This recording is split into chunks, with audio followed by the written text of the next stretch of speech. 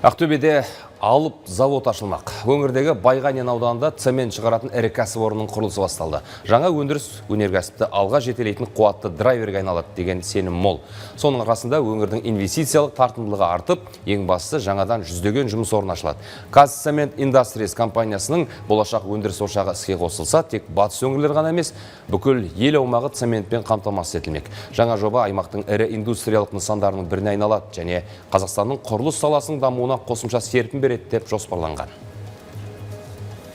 Ақтөбе өңірімізге, жалпы елімізге ірі индустриялық компанияның 1 миллион тонна цемент шығаратын жоба. Ол еліміздегі мақтаныш қылып айтатын инвестициялық президенттің тапсырма аясында жүзеге асырып жатқан үлкен жоба.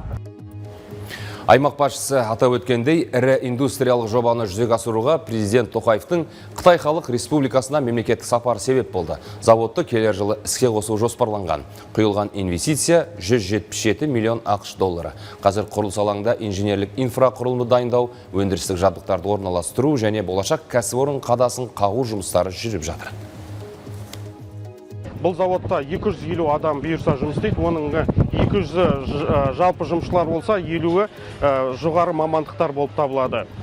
Бұл заводтың салуы осы Байғанин ауданының өндірісінің жалпы халқының дамуына үлкен үлес қосады деп сенеміз.